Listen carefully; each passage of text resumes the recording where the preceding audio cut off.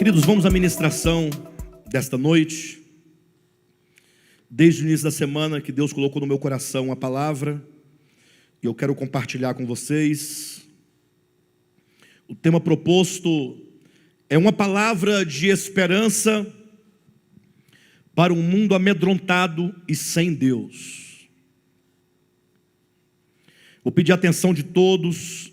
Eu vou desenvolver essa mensagem em tópicos, né? Em vários tópicos. A cada tópico eu vou anunciar o tópico para que fique claro para vocês em que consiste esta palavra. Uma palavra de esperança. Ora, se é uma palavra de esperança, é certamente para aqueles que estão desesperançados.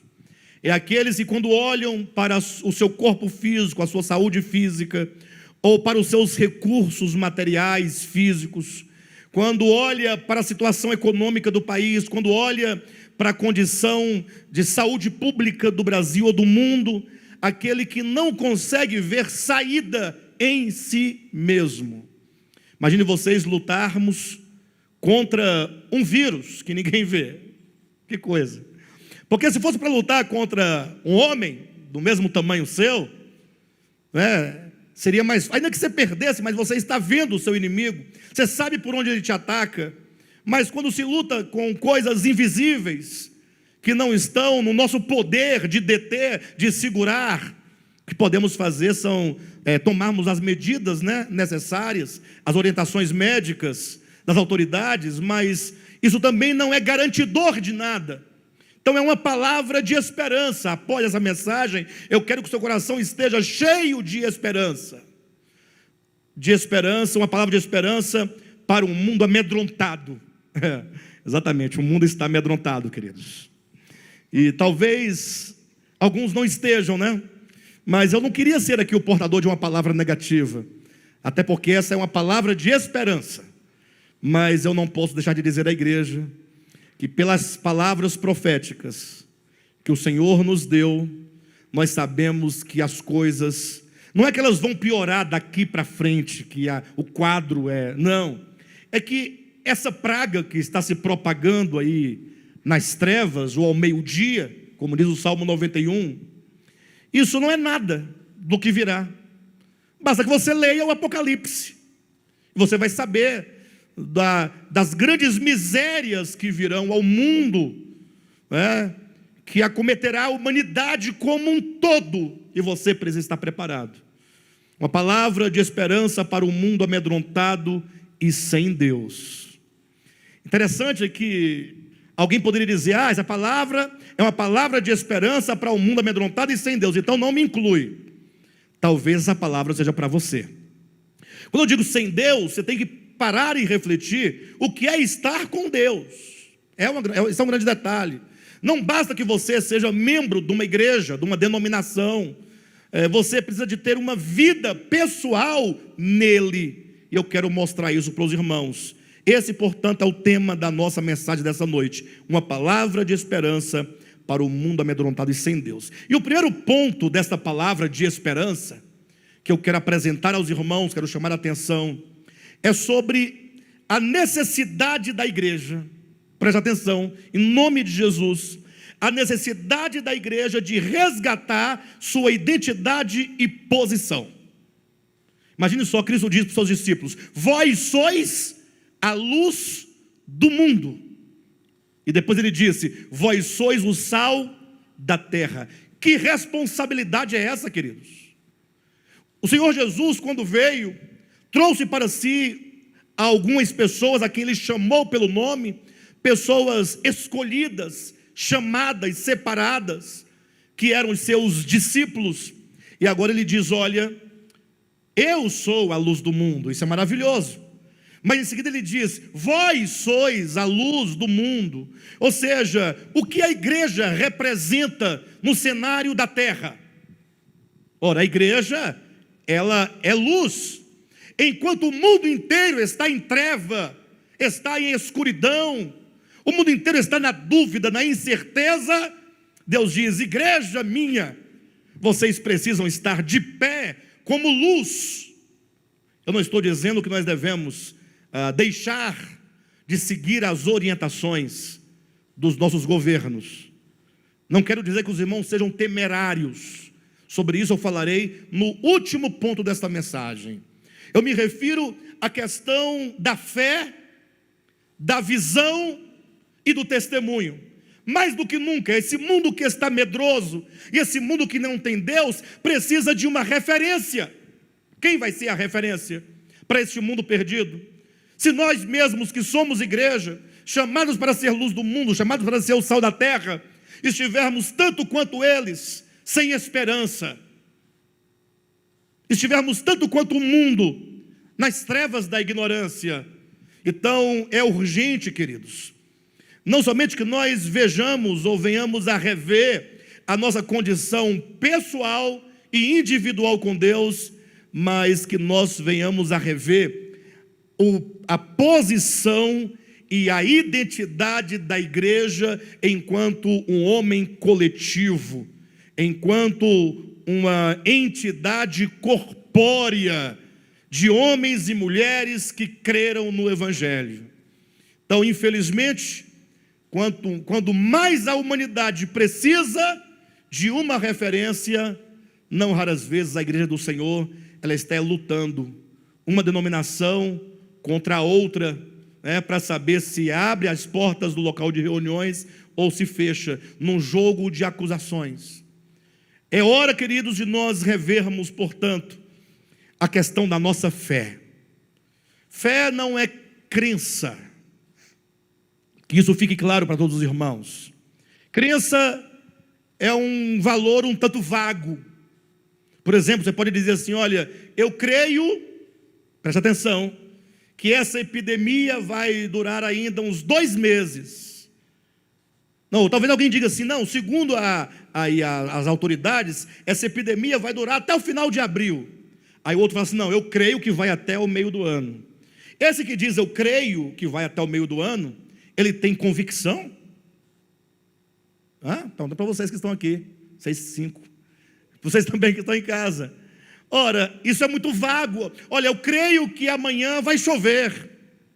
Eu creio que o próximo ano vai ser melhor. Então, veja quando você fala eu creio, isso é muito vago. Isso porque a palavra que Jesus usou, que os apóstolos usaram no Novo Testamento, para a fé, é da mesma raiz da palavra fidelidade. A fé é quando o seu coração, ele se ajusta a tal modo ao Cristo de Deus, quanto ao seu viver, quanto aos seus ensinamentos, quanto às suas obras, de modo agora que o seu coração não vê outro caminho, senão se identificar com o Cristo de Deus, com o seu viver humano, com a sua obra e com as suas palavras. Aí, somente aí, a igreja vai ter uma visão. Quando o mundo inteiro não sabe o que vai acontecer, a igreja deveria falar assim: olha, eu sei para onde nós vamos. Nós não estamos perdidos. Nós temos uma direção. O mundo precisa de pessoas que tenham a forte convicção do entendimento e que possam sinalizar para onde nós estamos indo. Que possa dizer assim: olha, ainda que as coisas piorem no âmbito da experiência humana sobre a terra, nós temos a certeza da manifestação do Filho de Deus. A parousia do Senhor é certa, é mais certa do que o amanhã que virá, ou que o sol virá, porque todos nós sabemos que o sol amanhã vai nascer. Talvez alguém fale assim: não, eu não tenho certeza. Você tem certeza, você sabe, né? Você duvidaria se eu dissesse que não iria nascer. Mas muito mais certo do que isso é o fato de que todas as palavras de Cristo se cumprirão. Uma igreja que tem fé e uma igreja que tem visão espiritual, ela não se perturba, porque ela sabe. O Senhor não nos deixou ignorantes. Ele disse: no mundo tereis aflições, mas tende bom ânimo, eu venci o mundo. Então nós temos a direção, nós temos a resposta. Jesus é a resposta. O mundo precisa de uma igreja que tenha fé, que tenha visão, e que tendo fé e visão, se porte, portanto, que fique firme no meio dessa tempestade, como um testemunho da verdade. Imagina quando os homens falam assim: o que esse povo tem? Que eles não se abalam. Eles falam assim: vocês são muito temerários. Você fala: não, não sou temerário. Eu não tenho uma coragem ousada, não. Eu tenho fé que aquele que disse é verdadeiro, e nenhuma de suas palavras hão de passar. Nenhuma. Esse é o primeiro ponto dessa mensagem. A necessidade da igreja de resgatar sua identidade e posição. Vós sois a luz do mundo. E os 3 pontos desse item é fé, visão e testemunho. Não podemos ser testemunho sem visão, e não tem visão sem fé. A fé é o primeiro ponto, é o alinhamento. Puxa vida, Jesus disse: no mundo tereis aflições. Vem a aflição, a gente se perturba, não é? Vem a aflição, você fica desesperado. Vem a aflição, você quer morrer. Não, queridos. Fé, visão e testemunho. Este é o primeiro ponto. O segundo ponto que eu quero trazer desta mensagem de esperança para um mundo amedrontado e sem Deus é que o medo, e é o que está contagiando a humanidade hoje, é fruto do desconhecimento. O medo é fruto daquilo que você não conhece. Quando não se conhece algo, você teme, porque você não tem conhecimento. E eu me recordo daquele episódio quando os discípulos de Jesus estavam passando de um lado para o outro, ali no mar de Tiberíades, estavam num barco. Jesus ficou no monte orando. Diz a Escritura então que à noite teve uma grande tempestade, e as ondas batiam contra o barco, as ondas e o vento ameaçavam a tragar aquele barco, e de repente diz a Bíblia que lá por volta da 3ª vigília da noite, vinha Jesus andando sobre as águas, Jesus vindo em socorro. Jesus é aquele que anda no meio da turbulência, é aquele que está no controle de todas as coisas. Qual o significado de Jesus andando na tempestade? Não pense que ele andou para dizer que não tinha outro meio de chegar até ali. Não, esse quadro de Jesus no meio de um mar revolto, de altas ondas, de ventos rijos, andando calmamente, ele quer dizer: eu sou o Senhor dos céus, eu sou o Senhor da terra, eu sou o Senhor do mar, tudo está sob o meu controle.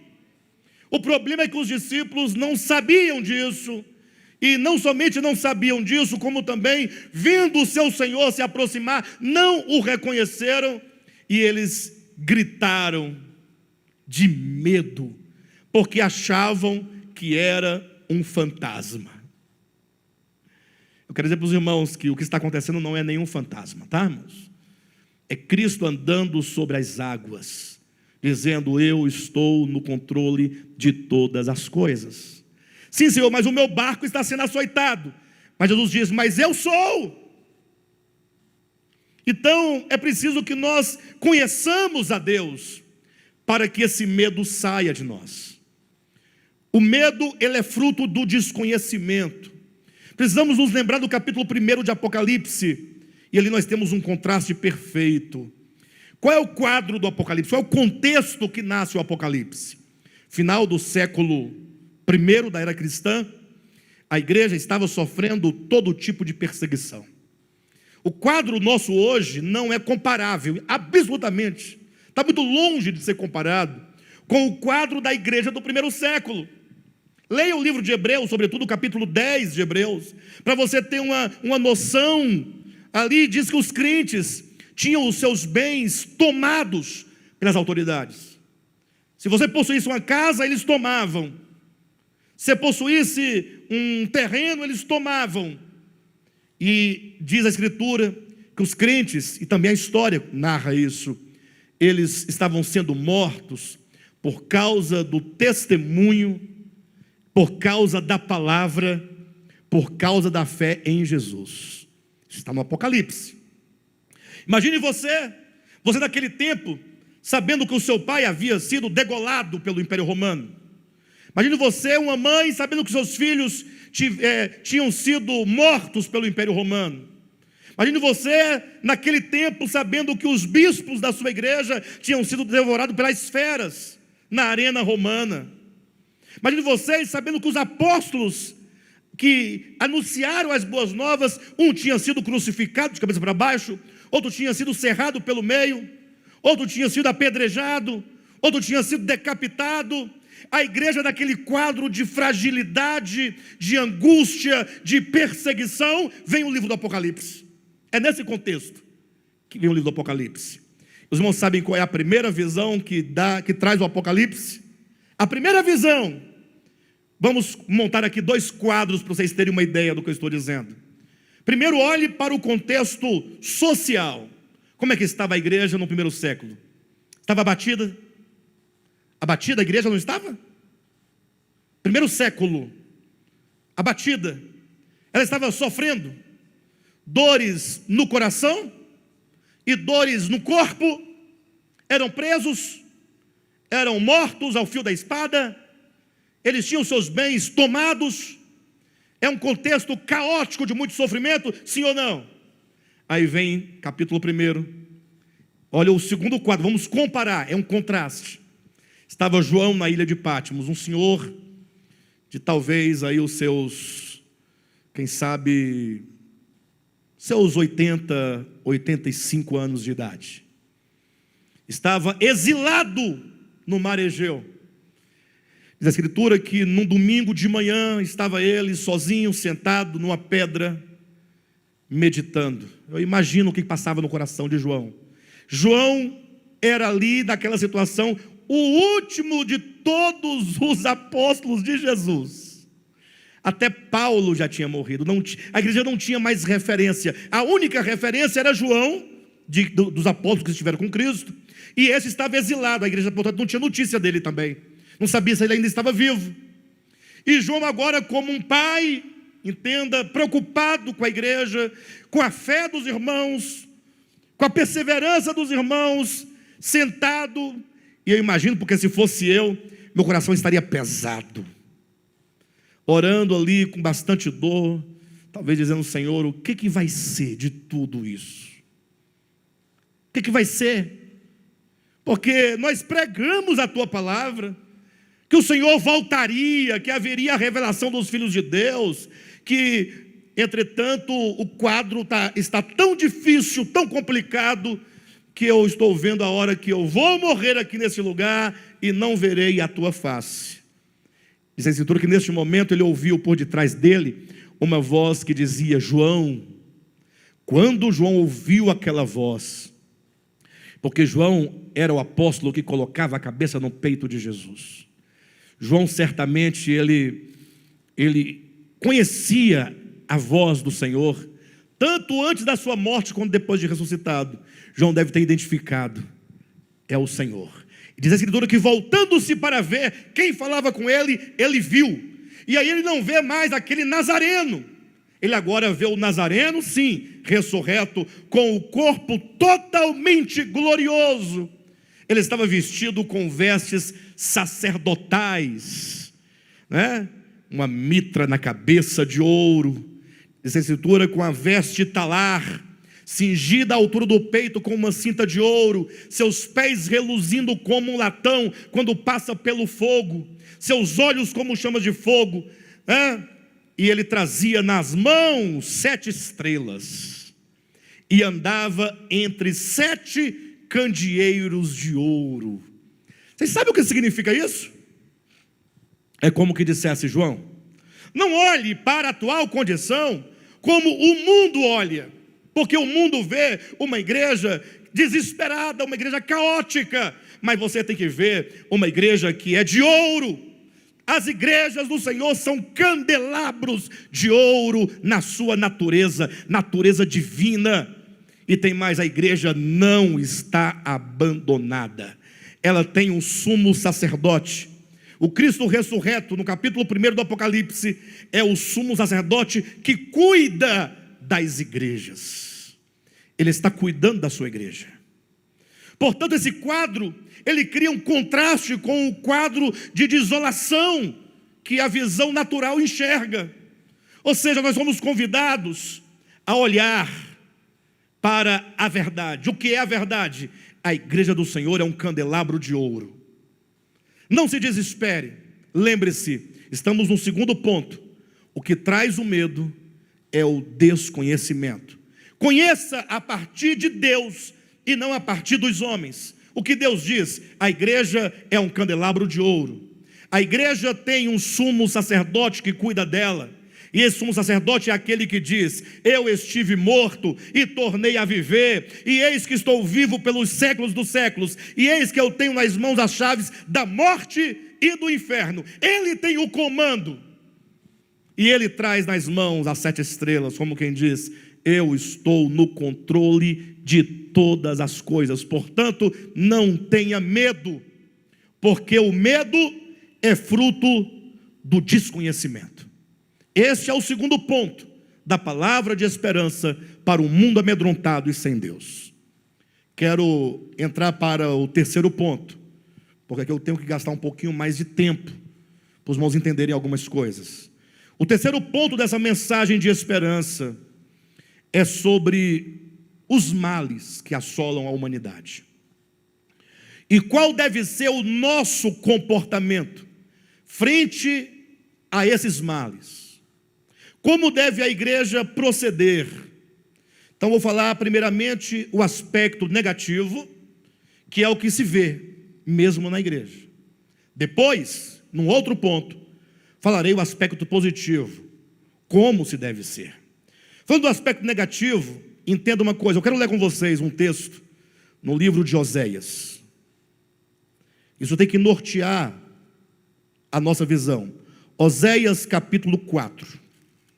Oséias capítulo 4, versículo de 1 a 3 diz assim: ouvi a palavra do Senhor, vós filhos de Israel, porque o Senhor tem uma contenda com os habitantes da terra, porque nela não há verdade, nem amor, nem conhecimento de Deus. O que só prevalece é perjurar, mentir, matar, furtar e adulterar, e há arrombamentos e homicídios sobre homicídios.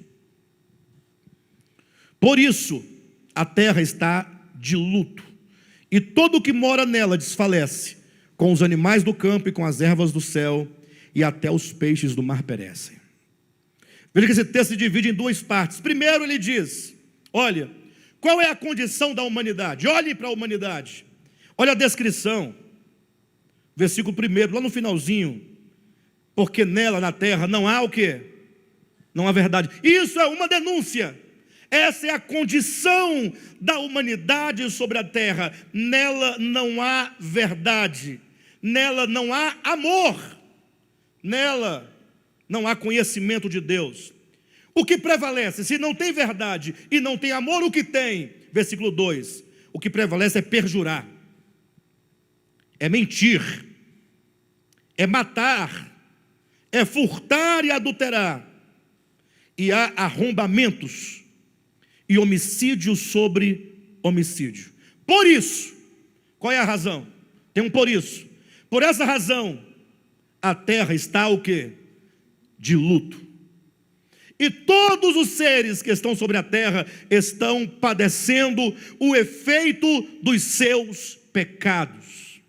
Saiba de uma coisa, essa semana uma criança me perguntou, eu devo falar disso na nossa live que nós faremos na terça-feira que vem, respondendo diretamente a essa pergunta, mas agora somente comentando: por que Deus criou o vírus? Uma criancinha de talvez 3 anos ou 4 anos me perguntou isso, a filha de um casal aqui da nossa igreja. Ora, queridos, tudo que Deus criou, Gênesis capítulo 3, é bom. E viu Deus que tudo era muito bom. A terra não tinha o sofrimento que tem hoje. Capítulo 3 de Gênesis diz: mas a serpente, a partir do momento que o homem deu ouvido à voz da serpente, que o homem passou a ser um discípulo da serpente, que o homem passou a ser um membro da serpente, que o homem se aliou à serpente, a partir do momento que o homem permitiu que a serpente enraizasse sua cauda no seu coração, e controlasse a sua mente, esse homem se afastou de Deus, e como resultado desse afastamento, todos os males vieram sobre a humanidade. Portanto, os males são o resultado daquilo que o próprio homem planta. Ou seja, nós vemos tantos seres morrendo, rios morrendo, os mares sendo contaminados. Quantos problemas nós não vivemos, quantas vezes a natureza não reage contra nós, porque nós a estamos destruindo. É muito fácil perguntar onde está Deus, cadê Deus? Mas não olhamos para nós como seres que Deus criou livres, e em consequência dessa nossa liberdade, nós acabamos plantando o mal e colhemos o mal. Diz a Bíblia que depois do pecado do primeiro homem, a terra se encheu de espinhos e abrolhos.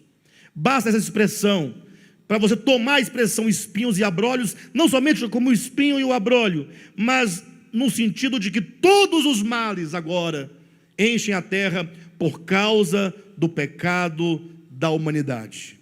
Agora, o problema é que, diante desse quadro, de que o mal, enquanto consequência, é o resultado das nossas ações, do viver da humanidade sobre a terra, como é que o homem se encontra diante desse quadro? Irmãos, eu quero dizer algo para vocês, ouçam aqui com atenção. Guarda o seu coração. Eu vou dizer algo para vocês, peça a Deus que Ele guarde o seu coração. Eu vou dizer o porquê.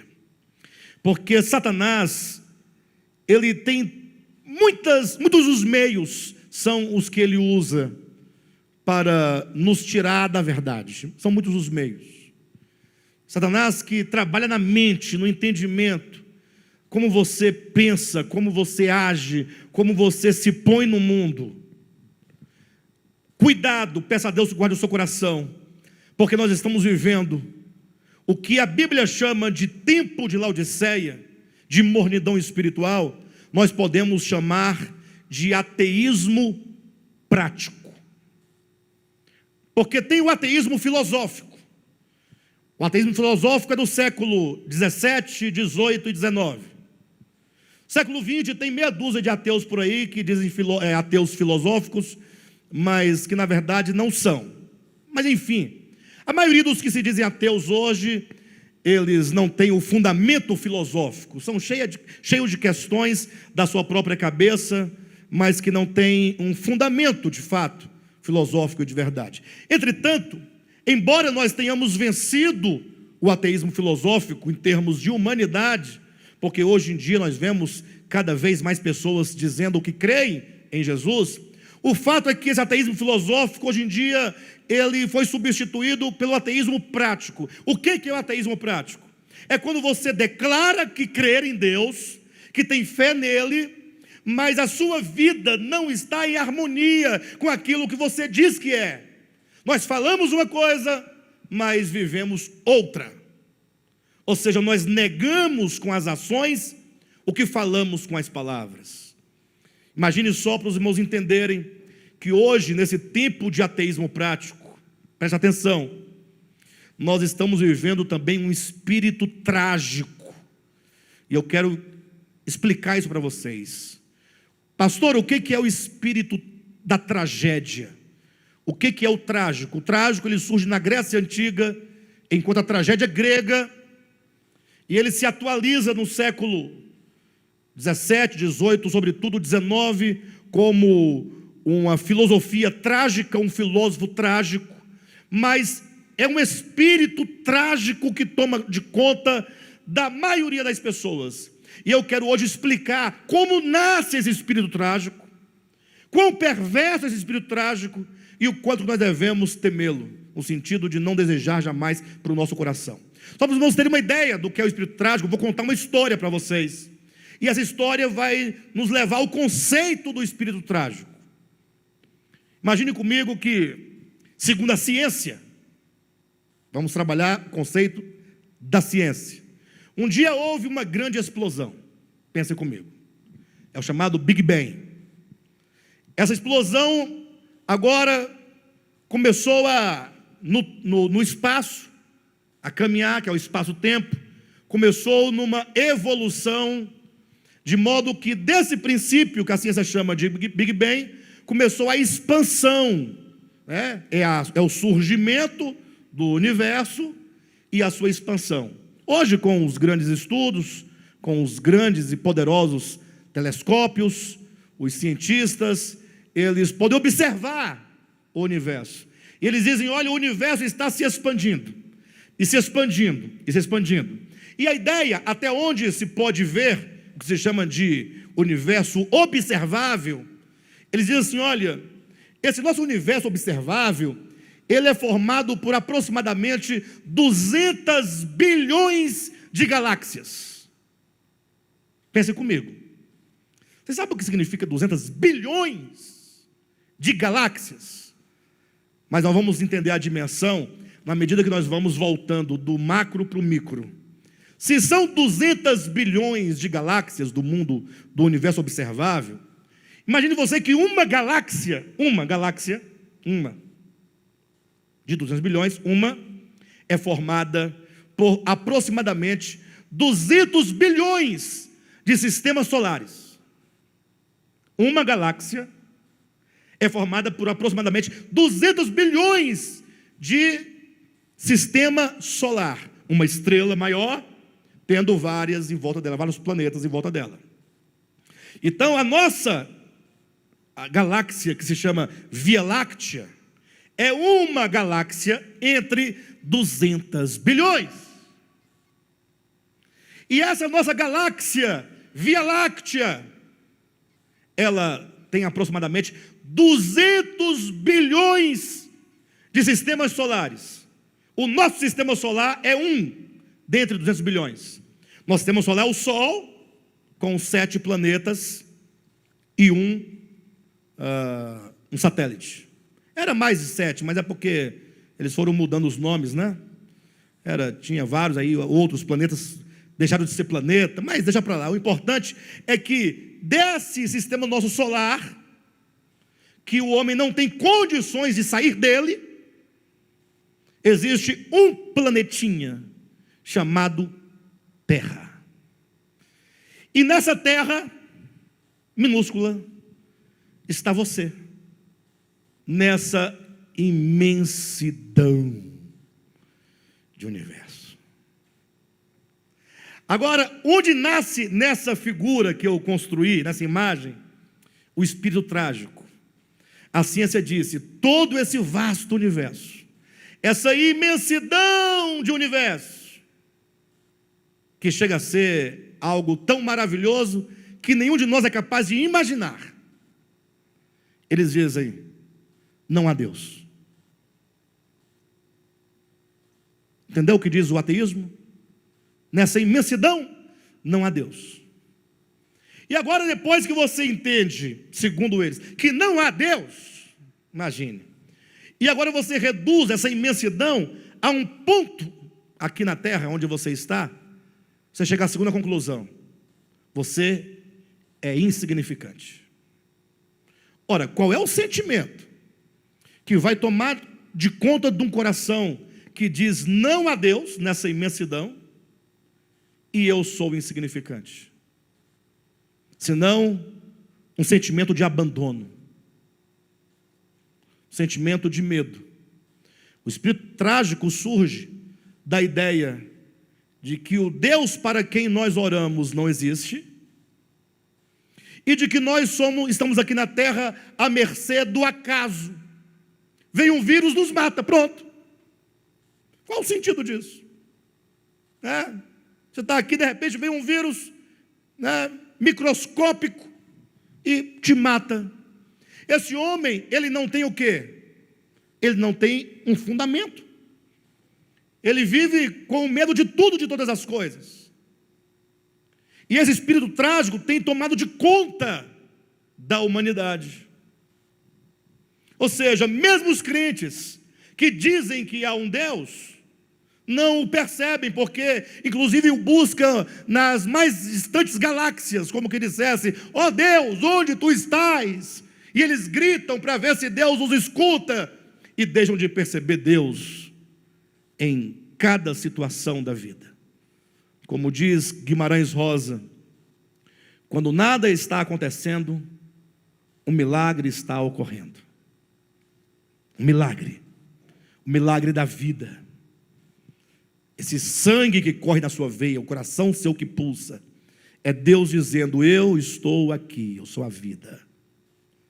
E portanto, imagine agora esse mundo que produz tantos males contra si mesmo, com esse espírito trágico de dúvida acerca de Deus, diante da sua própria insignificância. Como é que fica essa pessoa agora? Esse mundo.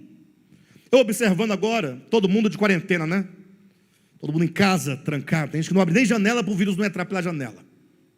Tá bom. É um isolamento. Quarentena, isolamento de quê? Do mundo, da família, do trabalho, da escola, da igreja, do trânsito, da rua, das lojas, do supermercado. Quem está gostando desse isolamento? Aqui, de vocês aqui. Vocês 5. Quem está? Eu não estou gostando desse isolamento. Agora imagine só. Olha a contradição do ser humano. Ele acha ruim o isolamento social, que sabe que começou agora e vai terminar daqui uns dias, mas ele não se apercebe do isolamento de Deus, que ele vive já há 6.000 anos. O homem está a uma quarentena de 6.000 anos, e esses 6.000 anos é um modo de falar apenas. Para vocês terem uma ideia, há 6.000 anos o homem está de quarentena do seu Criador. Ele está isolado, separado, no coração, na alma. E ele não sente a necessidade de retornar. Ele se acostumou com a sua prisão de pecados. Ele se acostumou em viver separado de Deus. Este é o terceiro ponto. A origem de todos os males. O espírito trágico. O isolamento espiritual é uma realidade que se percebe claramente mesmo na vida daqueles que se dizem cristãos. Mas devemos olhar positivamente. Ou seja, diante deste mundo, como viver? Temos que olhar para o cuidado paternal de Deus. Esse é o quarto ponto. Você tem um Deus que quando Ele se revelou aqui na terra, Ele diz: olha, quando você for orar, dirija-se ao Eterno, chamando-o de Pai. Você pode dizer: Pai nosso, que estais nos céus.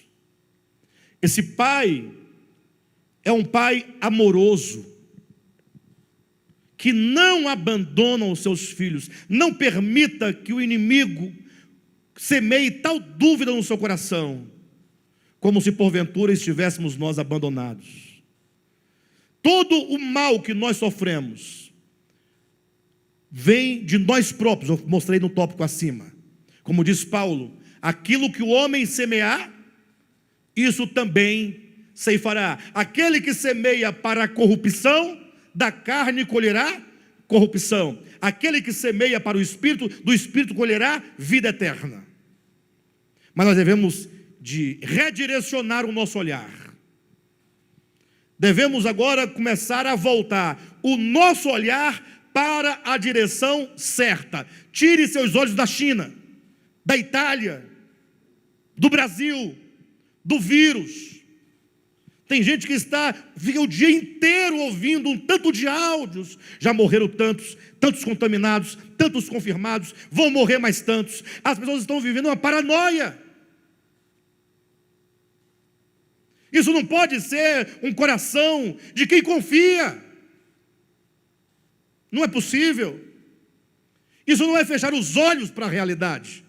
Tanto é que eu vou mostrar aqui um ponto no final, para os irmãos entenderem o equilíbrio.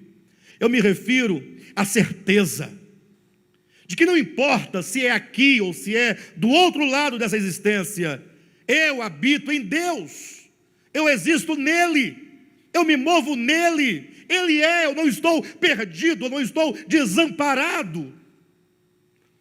Então, a primeira coisa nesse último ponto, corrigir o nosso olhar. Salmo de número 121. Elevo os meus olhos para os montes. De onde me virá o socorro? Cuidado com a leitura desse texto, viu? Alguns leem assim: elevo os meus olhos para os montes, de onde virá o meu socorro.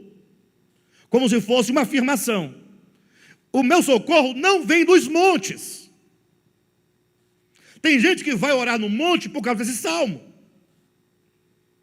Quando diz, eleva os meus olhos para os montes, é o primeiro ponto. É o salmista dizendo, eu quando estou precisando de socorro, eu olho para os montes. E é interessante que eram nos montes onde se faziam os postes ídolos. A idolatria, ela se firmava nos altos dos montes, onde estavam os deuses do paganismo. E então, olhando para os deuses, ele fala assim, de onde me virá o meu socorro? E aí ele responde, o meu socorro vem do Senhor, não vem dos montes, não vem dos ídolos, vem do Senhor que fez os céus e a terra. Então a primeira coisa é direcionar o seu olhar para a direção certa. Volte o seu olhar para Deus. Saiba, uma novidade, uma revelação, algo que eu descobri recentemente, estou bastante convicto, você vai viver até o dia da sua morte. Você tem a certeza que não vai passar. Para que temer a morte, se a vida é eterna? A vida eterna. Eu sei que alguns nos acusam assim, vocês são aqueles que são cheios de esperança, né? Nós não estamos sofrendo aqui por causa da vida eterna, não. Nós vivemos aqui para Deus. Se vivermos a vida inteira aqui, viveremos para Deus. E se porventura morrermos, lá nós viveremos para Deus. A morte é só um portal, é só uma passagem, é só uma transição de um estado para outro estado. Assim como a água sai do seu estado líquido para o estado gasoso, a morte é sair de um estágio terreno para um estágio espiritual. Mudança de estado. Não muda a essência, não muda a existência. Bem, de todo modo, precisamos então redirecionar o nosso olhar e começar a declarar, o meu socorro vem do Senhor que fez os céus e a terra. Mas não basta, olhem para mim em nome de Jesus, peça a Deus que o Espírito de revelação, de sabedoria, neste momento te faça entender uma coisa. Não basta você afirmar que o seu socorro vem do Senhor, como se fosse um mantra. Você ficar o dia todinho, meu socorro vem do Senhor, meu socorro vem do Senhor, meu socorro, não vai resolver muita coisa. A única maneira é você fazer desse Senhor, que fez os céus e a terra, a sua habitação. Salmo 91 é um salmo messiânico. Mas não é porque ele é messiânico que ele se refere somente a Cristo. Ora, se ele é messiânico, então muito mais agora ele diz respeito a mim. Porque eu não somente exerço fé no Messias, mas me tornei um com o Messias, me tornei parte do seu corpo agora, parte do corpo de Cristo. Então também diz respeito a mim. Irmãos, imagine, o salmista, ele começa dizendo assim, olha, se você quiser acompanhar, eu não vou ler o salmo todo, mas vou apontar algumas questões que são extremamente importantes nesse salmo. Ele começa dizendo, aquele que habita. Aqui nós temos que analisar cada palavra do salmista. Primeiro, ele vai falar de alguém aqui, perfeito? De quem ele vai falar? De você? De mim? De quem? Daquele. Você pode ser este aquele, mas também você pode não ser este aquele. Aquele que habita no esconderijo do Altíssimo e descansa à sombra do Onipotente. Então veja que nós temos aqui aquele que habita no esconderijo, o que significa que você fez de Deus a sua habitação, você fez de Deus o seu abrigo, você fez de Deus um refúgio. Ou seja, em quem você se refugia. Eu perguntava aqui na quarta-feira: a sua casa onde você mora é segura? A sua casa onde você mora é segura? Fala assim: eu fiz um muro bem alto, eu coloquei uma cerca elétrica, né? As portas boas, né? Coloquei 2 fechaduras tetras, né? Por dentro eu coloco ainda mais 2 cadeados, fora os ferrolhos, que eu coloco as janelas bem trameladas, tudo bem fechado. Tenho 2 pitbulls no quintal, solto ali à noite, além ainda do 38 que eu coloco debaixo do travesseiro. A arma está sempre ali, qualquer coisa eu vou usá-la para defender a minha vida. Não é assim que o ser humano pensa? Aí eu perguntei: ora, se você acha que sua casa é segura, eu perguntaria: a casa do Silvio Santos é segura? Deve ter segurança, deve ter muros, deve ter tanta coisa.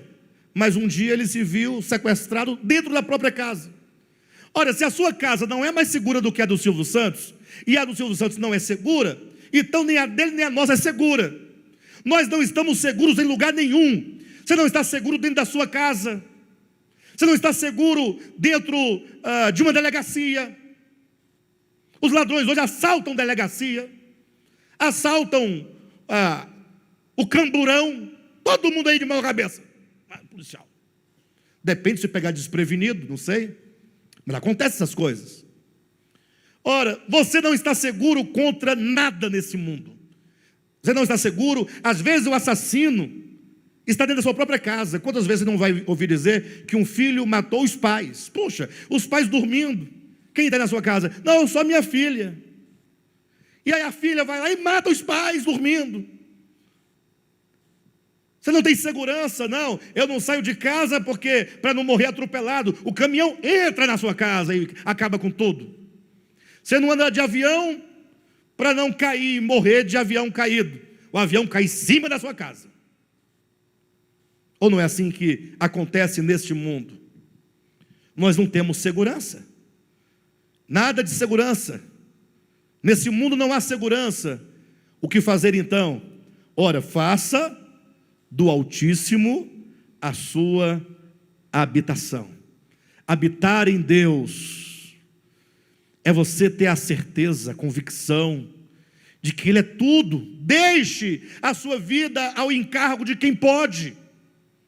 Esse salmo é maravilhoso. Ele diz: olha, aquele que habita no esconderijo e descansa.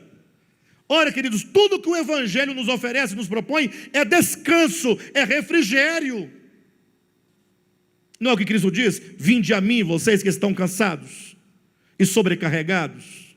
O Evangelho não diz: vinde a mim e bebei da água da vida. A água não é para refrigerar. Não está dito: o Senhor é meu pastor e nada me faltará. Você tem ali todas aquelas bênçãos do cuidado do pastor. Ora, nós temos que não somente fazer de Deus a nossa habitação, mas quando se faz de Deus a habitação, você descansa. Queridos, vamos neste momento descansar em Deus. Descansa. Aí o vírus, deixa esse vírus, descansa. No sentido, não é que você vai relaxar nos seus cuidados, é no sentido de que você não vai perturbar a sua alma. Não ande perturbado, não ande enclausurado dentro do próprio coração com temor.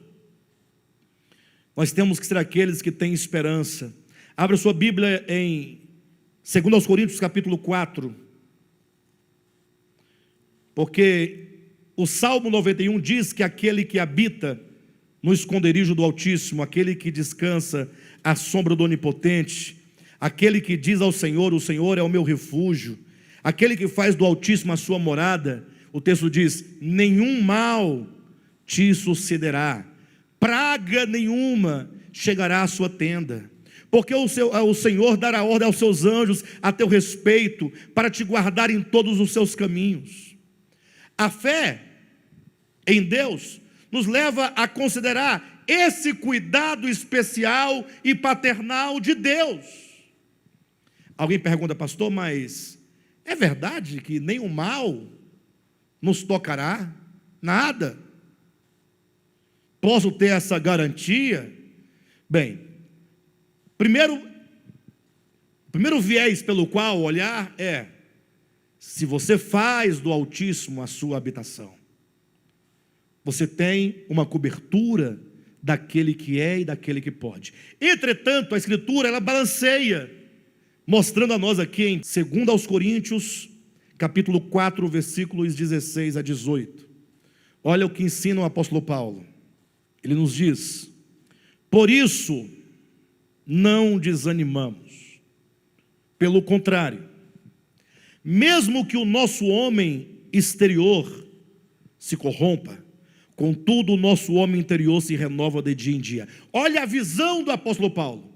Mesmo que o nosso homem exterior se corrompa. O que é o homem exterior? É essa vida terrena, é este corpo terreno.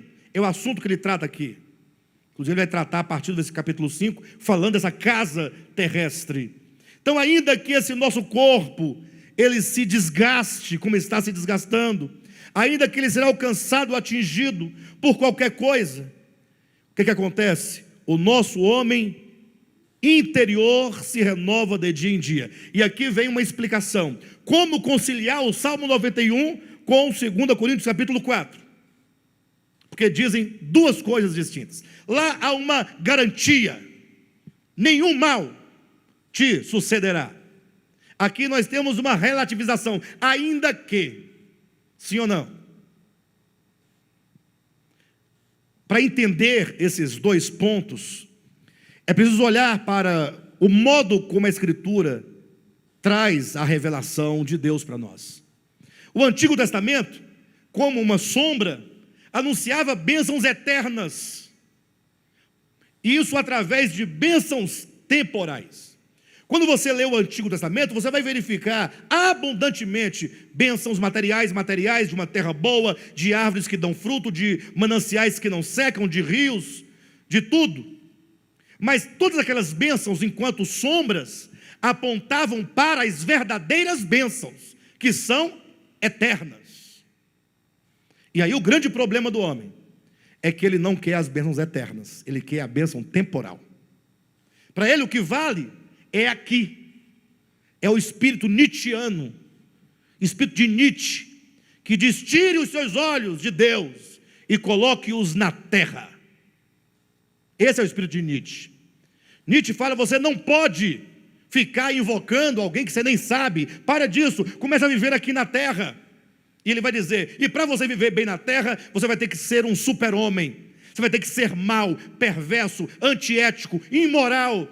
E aí ele vai avassalando todos os valores. Ele diz: se você for fraco com essa ideia de amor ao próximo, se você for fraco com essa ideia de fraternidade, com essa ideia de ajudar o outro, você vai morrer.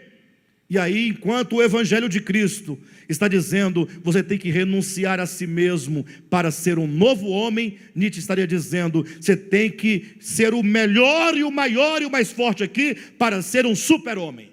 Aí você escolhe ser um super-homem ou ser um novo homem. E super-homem não é a palavra que eu estou usando para combinar, não, é o termo e é o raciocínio, o termo usado pelo próprio Nietzsche. Você tem que ser o super-homem. Você tem que ser um novo homem. Então veja que quando Paulo diz aqui, ele fala assim: olha, nós temos que aprender a viver contente em toda e qualquer situação. E aí ele nos convoca dizendo: olha, e se esse corpo perecer? E ele vai perecer. Vai, lógico que vai. Não pensa você que você não vai morrer. Você vai morrer de um jeito ou de outro. Talvez você morra em ditosa velhice, né? Bem velhinho, 90, 100 anos, 102 anos de idade, ali dorme e morre. Que morte bonita, maravilhosa. Ou talvez você morra de coronavírus, né? Estou assustando os irmãos, né? Calma, irmãos. Ou talvez você morra de lepra. Você pode morrer de dengue, de chikungunya. Você pode morrer atropelado, baleado, esfaqueado, estripado. Você pode morrer de susto, de medo, de angústia, de qualquer coisa. Mas o fato é que, tendo nós ciência que esse corpo nosso é passageiro, Paulo diz assim: olha, o que vale é que o seu homem interior se renove de dia em dia. Queridos, em nome de Jesus, já estou acabando. Precisamos atentar para o nosso homem interior. E esse período que nós estamos vivendo, ele nos ajuda nisso. Quando você percebe a sua fragilidade, você logo descobre que existe algo maior pelo qual lutar. Você então precisa se voltar, falar assim: poxa, o meu homem interior, ele se renova. Ou seja, se você ama a Deus, se entrega a Deus, se dedica a Deus, se você ama a sua palavra, você vai sendo fortalecido mais e mais na sua alma. A vida de Cristo vai sendo engendrada no seu ser. Você vai sendo absorvido por Deus, de modo então que é o que diz o versículo seguinte, versículo 17: porque a nossa leve e momentânea tribulação produz para nós eterno peso de glória acima de toda consideração. Já imaginaram isso? Olha, queridos, no dia que nós começarmos a andar diante de todas as tribulações, dizendo: porque, como diz o texto, esta leve e momentânea tribulação, você de casa pode falar, leve e momentânea.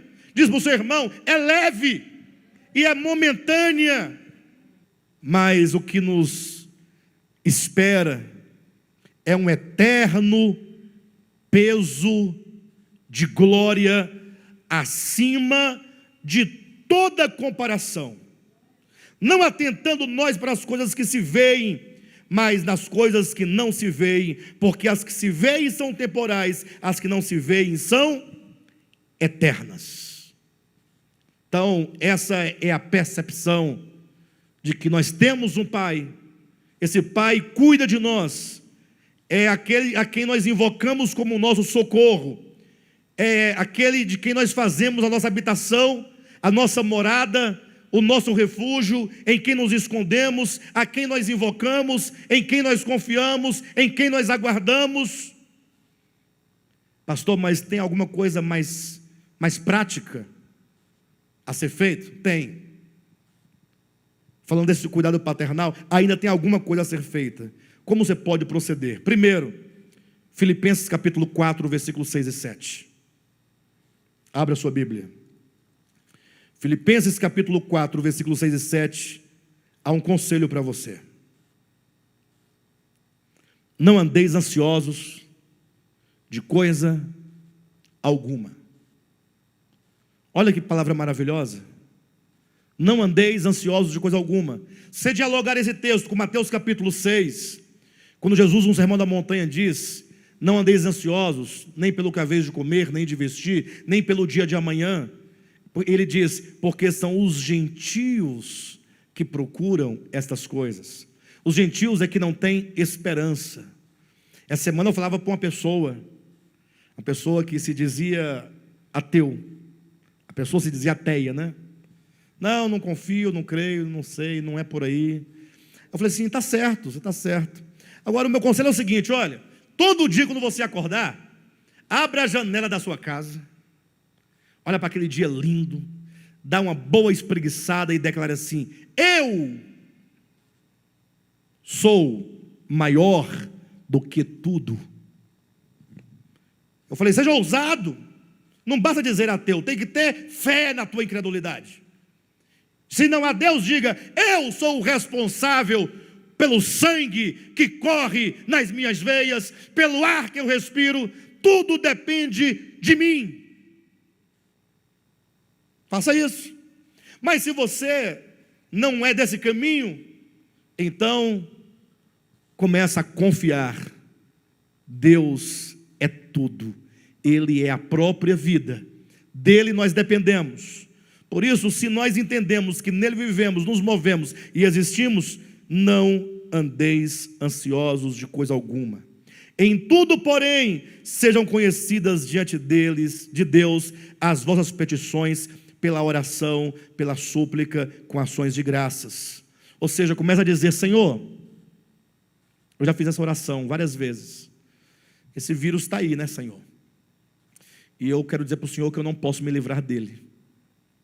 Posso fazer minha parte, né? Mas eu não vejo. De repente ele vem a mim, eu nem sei. De repente já estou acometido. Senhor, eu não quero andar ansioso em relação a isso. Senhor, eu quero descansar no Senhor, confiar no Senhor, de maneira que a minha vida está em tuas mãos. Não tem mãos mais seguras do que as mãos de Deus.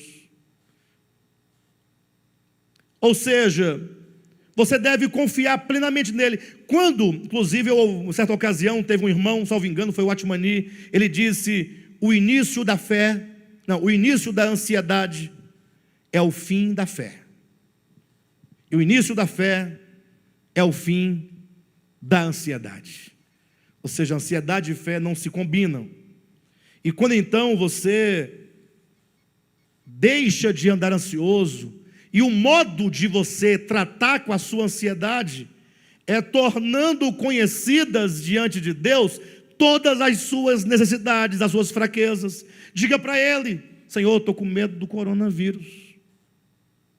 Senhor, estou com medo do corona. Diga para Ele. Fala: Senhor, ensina-me a perceber, faz-me perceber que o Senhor é maior do que o corona. Ou não é? Vai ver que ele não é. Vai ver que ele também está escondido do corona, com medo do corona.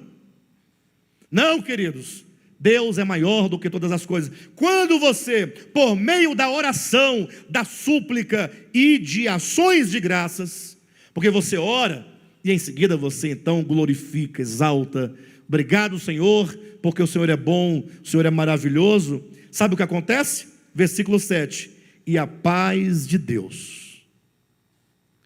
não é o que o mundo precisa? Que excede todo entendimento, guardará o vosso coração e a vossa mente em Cristo Jesus. Só essa paz que excede todo entendimento pode nos guardar.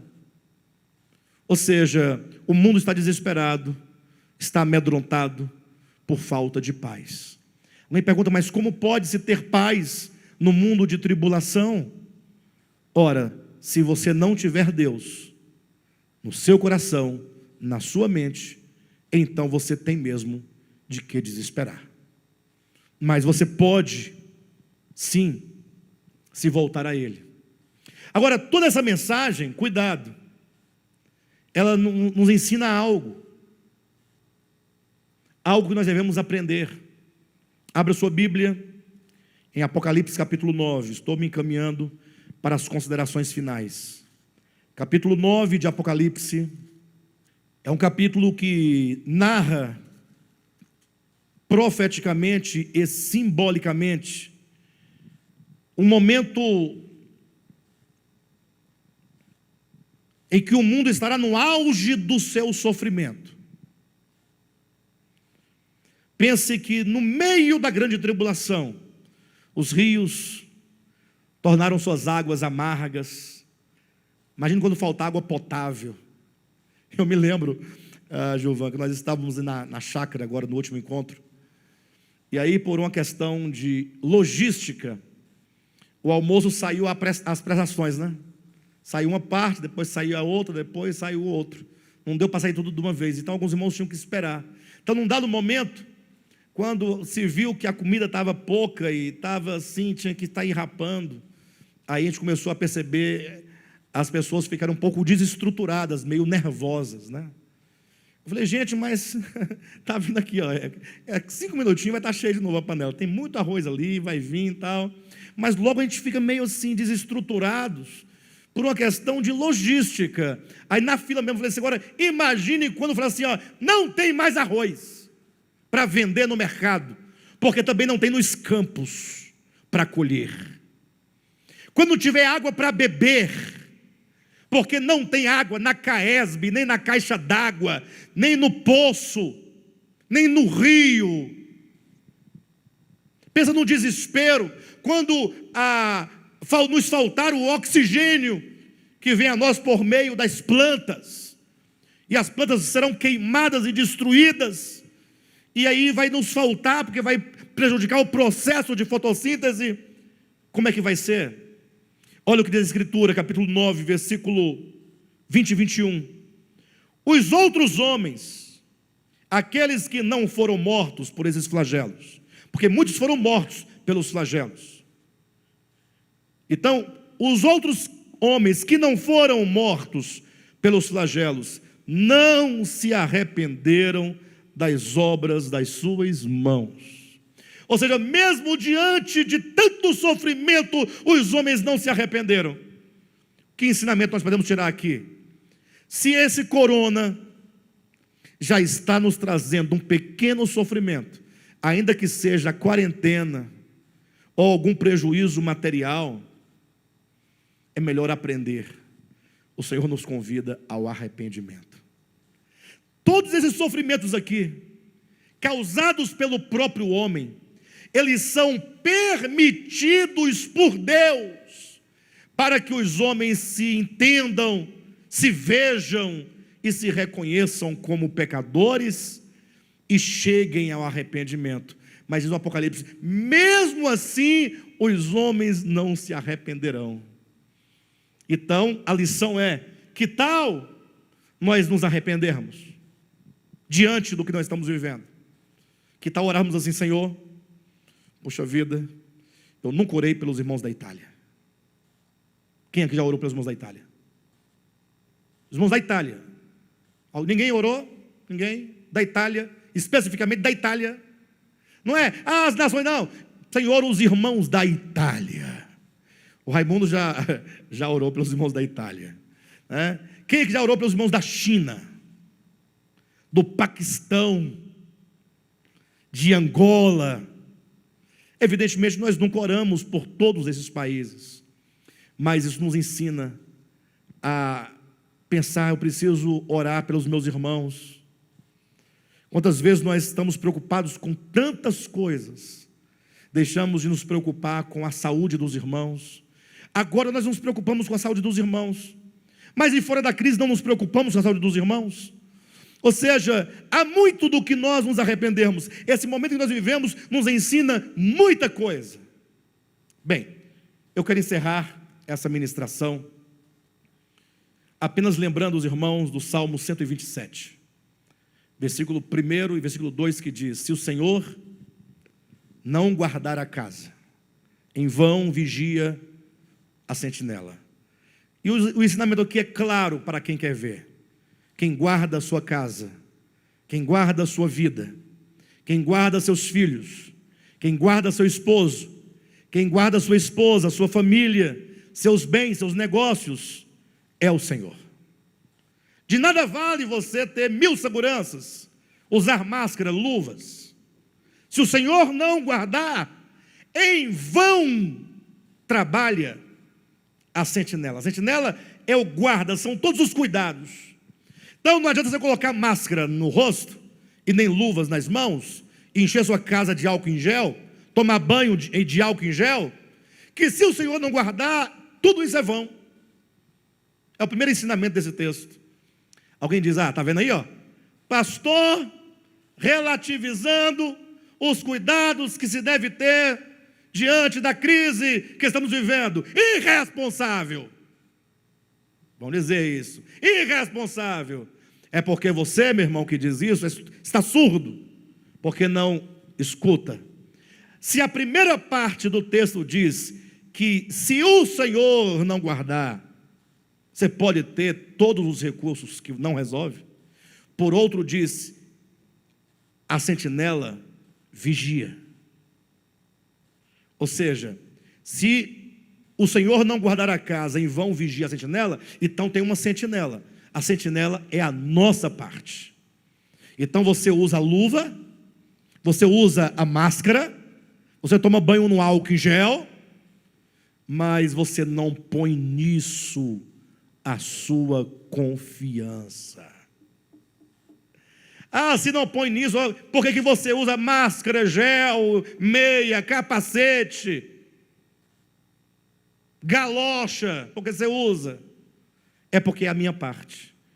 Eu não quero ser um crente negligente. Eu quero ser um crente prudente. Mas a minha fé está posta no Senhor. Este é o equilíbrio, é isso que ensina a Escritura. Amém?